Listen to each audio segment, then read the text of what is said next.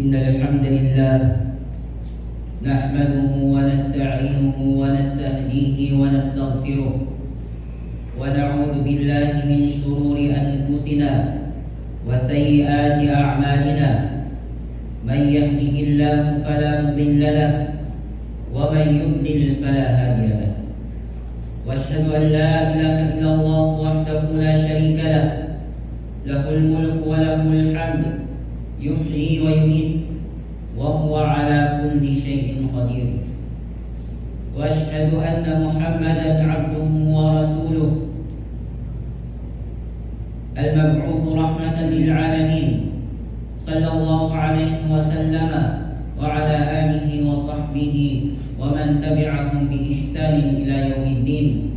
أما بعد، فيا عباد الله، أوصي نفسي وإياكم بتقوى الله فقد فاز المتقون. Ang lahat ng papuri ay para lamang sa Allah. Pinupuri natin siya, hinihingihan ng tulong, patnubay at kapatawaran. At tayo ay nagpapakupkop sa Allah laban sa kasamaan ng ating mga sarili at ating mga nagawa. Sino man ang gabayan ng Allah subhanahu wa ta'ala ay walang makakapagnigaw sa Kanya. At sino man ang hindi niya gabayan ay walang makakapagpatubay sa Kanya muli, maliban lamang sa Allah subhanahu wa ta'ala. Ako ay sumasaksi na walang ibang Diyos na karapat dapat sambahin maliban lamang sa Allah, ang nag-iisa at walang katambal. Para sa Kanya ang paghahari at lahat ng papuri. Siya ay may hawak sa lahat ng bagay. Ako rin ay sumasaksi na si Muhammad sallallahu alaihi wasallam ay Kanyang alipin at sugo na ipinadala bilang awa sa sanlibutan. Sumakanya nawa ang pagpapala at pagpaparangal sa uwag ng Allah subhanahu wa ta'ala at sa Kanyang mga tagapagsunod at sa Kanyang pamilya. Mga alipin ng Allah subhanahu wa ta'ala, pinapayuhan ko ang aking sarili at kayo ng pagkatakot sa Allah subhanahu wa ta'ala, dahil tunay na nagtagumpay ang sino mang may pagkatakot sa Kanya. Mga alipin ng Allah subhanahu wa ta'ala, tayong mga tao ay normal sa atin na naghahangad ng masaganang pamumuhay dito sa mundo. Normal sa atin na tayo ay nangangakap na magkaroon ng mapayapang pamumuhay, masayang pamumuhay dito sa mundo. At tayo ay umiiwas sa mga bagay na magiging dahilan ng kalungkutan. Tayo ay umiiwas sa mga bagay na magiging dahilan ng pagkasira sa ating buhay dito sa mundo. At bilang isang Muslim, ay nararapat sa atin na mamuhay dito sa mundo ng masaya at hindi malulungkot. Ang Allah subhanahu wa ta'ala ay hindi niya ginusto na tayo ay mamuhay dito sa mundo na tayo ay nalulungkot. Kaya mga alipin ng Allah subhanahu wa ta'ala, sa araw ng Jum'a na ito ay magbabanggit tayo ng mga iilan na mga pamamaraan upang tayo ay mapalayo sa kalungkutan o kaya ay pagkatakot at pag-aalala. Unang-una mga alipin ng Allah subhanahu wa ta'ala, al-iman wal-amal as-salih. Ang iman, ang pananampalataya at ang mabubuting gawain. Sinabi ng Allah subhanahu wa ta'ala sa banal na Quran, man amila salihan min dhakarin aw untha wa huwa mu'min falanuhyiyannahu hayatan tayyibah wa lanajziyannahum ajrahum bi ahsani ma kanu ya'malun. Ibig sabihin mga alipin ng Allah subhanahu wa ta'ala, sino man ang gumawa ng mabubuting gawain mula sa mga kalalakihan o kababaihan, wa huwa mu'min, at siya ay nananampalataya, falanuhyiyannahu nahyinahu hayatan tayyibah, ay bubuhayin namin siya sa magandang pamumuhay o kaya sa masaganang pamumuhay. Wala najziyannahum ajrahum bi ahsani ma kanu ya'malun. At gagantimpalaan namin sila ng higit pa sa kanilang mga ginagawa. Dito sa aya na ito, mga alipin ng Allah, nangako ang Allah subhanahu wa ta'ala ng masaganang pamumuhay, mapayapang pamumuhay, kung ikaw ay nananampalataya sa Kanya, kung ikaw ay gumagawa ng mga kabutihan, at gagantimpalaan niya sa pamamagitan nito ng malaking gantimpala dito sa mundo at sa kabilang buhay. At kung ikaw ay may iman, mga alipin ng Allah, kung ikaw ay may pananampalataya sa Allah subhanahu wa ta'ala, mahirap kang tamaan ng mga kalungkutan, depresyon, pagkatakot, kaya ay pag-aalala. Dahil alam mo na lahat ng pangyayari ay nakakabuti. At may tiwala ka sa Allah subhanahu wa ta'ala at ikaw ay natututong magsabar. Sinabi ng Allah subhanahu wa ta'ala, wasbiru inna Allaha ma'as sabirin. At magtiis kayo, magsabar kayo. Katotohanan ang Allah ay kasama niya yung mga nagsasabar. Pangalawa, mga alipin ng Allah subhanahu wa ta'ala, al-iktharu min dhikrillah. Ang pagpaparami ng pag-alaala sa Allah subhanahu wa ta'ala. Sa pamamagitan din ng dhikr o pag-alaala sa Allah subhanahu wa ta'ala ay magkaroon ng tumanina ang ating mga puso. O kaya ay magkaroon ng kapanatagan ang ating mga puso. Maging kalmado ang ating mga puso kapag tayo ay nag-dhikr sa Allah subhanahu wa ta'ala. Kaya dapat nating paramihin ang pag-alaala sa Allah subhanahu wa ta'ala. Dahil sinabi ng Allah subhanahu wa ta'ala, ala bi dhikrillahi tatma'innul qulub. Katotohanan, matatagpuan sa pag-alaala sa Allah ang kapanatagan ng puso. Kaya alalahanin natin ang Allah subhanahu wa ta'ala sa kahit anong oras.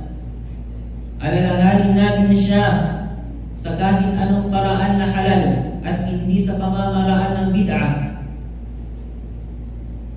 Magdikir tayo sa Allah subhanahu wa ta'ala, o kaya ay magtasbih, o kaya ay magbasa ng Quran. Yan ay kabilang sa mga pag-alaala sa Allah subhanahu wa ta'ala at marami pang iba. Ganon din mga alipin ng Allah subhanahu wa ta'ala at tahadduth bini'amillahi al-zahira wal-batina. Nakakapagpalayo din sa kalungkutan o depresyon o kaya ay pagkatakot at pag-aalala ang pag-uusap o kaya ay pag-iisip sa mga biyaya ng Allah subhanahu wa ta'ala na ibinigay niya sa iyo. Lantaran man ito ng mga biyaya o hindi. At sa ganitong paraan, mga alipin ng Allah, tayo ay matututong magpasalamat sa Allah subhanahu wa ta'ala imbis na tayo ay magreklamo. Tayo ay natututong magpasalamat sa Allah subhanahu wa ta'ala kahit nasa anong kalagayan ka man, kahirapan o sakit. Kung ikaw ay nasa kalagayang kahirapan, yung iba nga mas mahirap pa sa iyo. Kung ikaw ay may sakit, yung iba mas malala pa ang kanilang sakit. Kaya sa ganitong pamamaraan, mga alipin ng Allah, kung tayo ay nag-iisip, pinag-iisipan natin ang mga biyaya ng Allah subhanahu wa ta'ala, tayo ay matutong magpasalamat. At sa ganitong pamamaraan din, tayo ay mapapalayo sa mga kalungkutan o kaya ay pagkatakot at pag-aalala. Pang-apat, mga alipin ng Allah subhanahu wa ta'ala, النظر إلى ما هو أسفل منك في متاع الحياة. Ang pagtingin sa mas mababa sa iyo sa kasiyahan ng buhay.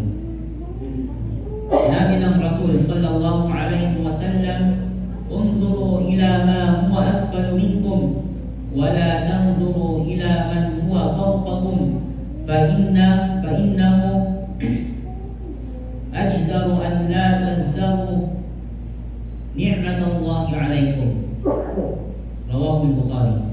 Ibig sabihin mga alipin ng Allah subhanahu wa ta'ala, tumingin ka sa mas mababa sa iyo at huwag tumingin sa mas mataas sa iyo, dahil yun ay mas makakapigil sa iyo sa paghamak sa mga biyaya ng Allah subhanahu wa ta'ala na binigay niya sa iyo. Sa ganitong pamamaraan ay makakaramdam ka ng pagkakontento at pagpapasalamat sa Allah subhanahu wa ta'ala. Halimbawa sa kalsada, kung ikaw ay nakasasakyan, yung iba nga nakamotor lang. Kung ikaw naman ay nakamotor, yung iba nakabike lang. Dahil hindi nila kaya ma-afford ang motor at sasakyan.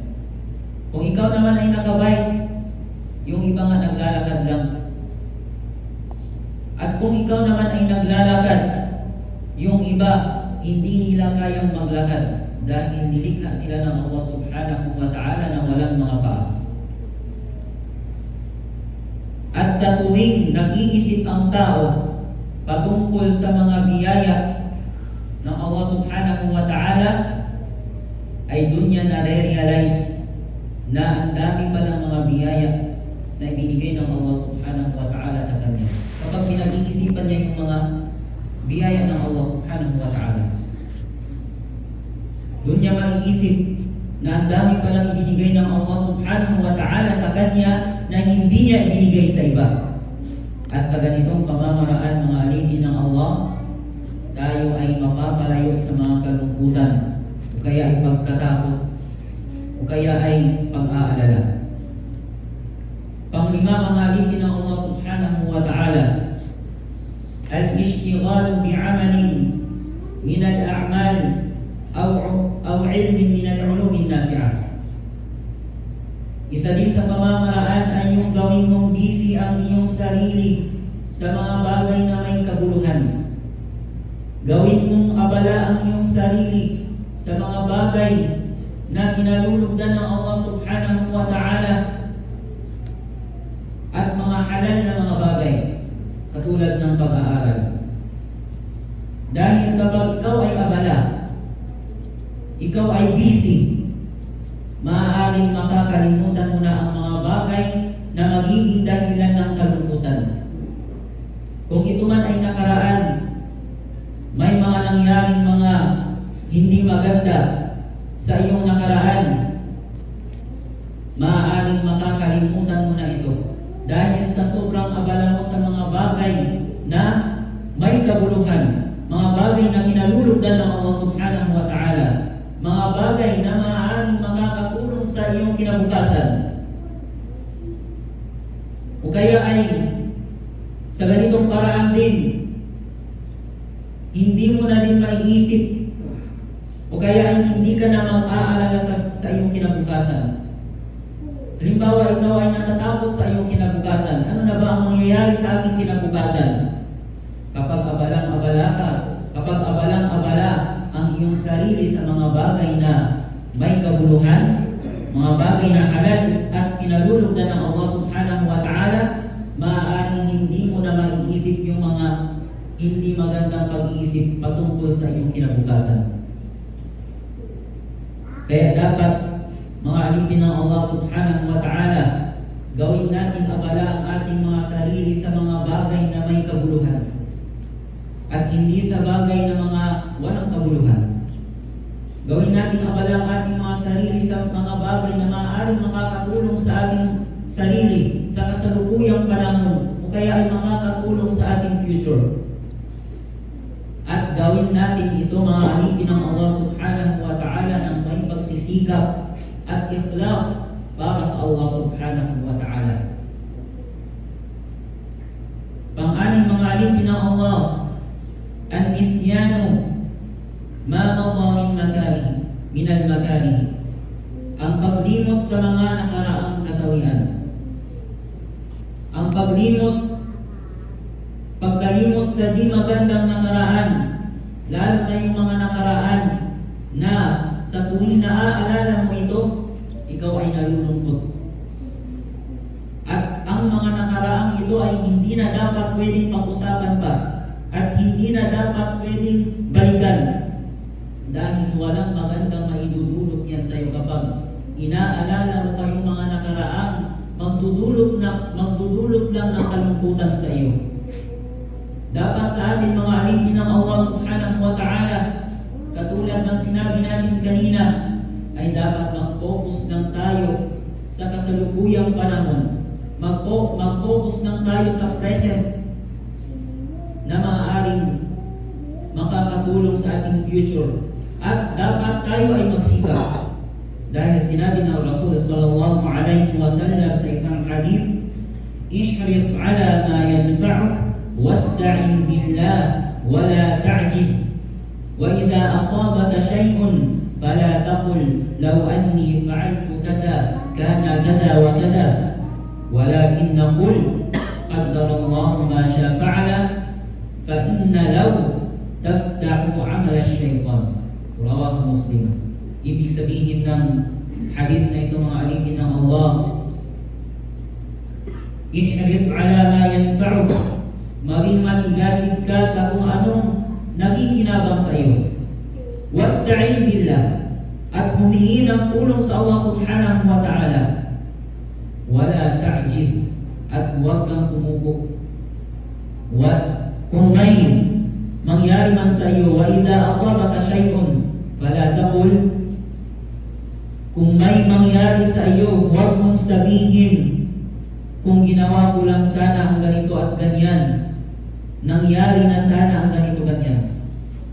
Walakin naqul qaddarallahu ma syaa fa'ala, bagkus ay sabihin mo dapat itinakda ito ng Allah, at anuman ang kanyang naisin ay kanyang ginagawa. Sapagkat ang salitang kung, yung salitang kung ay nagbubukas ng pinto sa gawain ni Shaytan. Mga alipin ng Allah subhanahu wa ta'ala.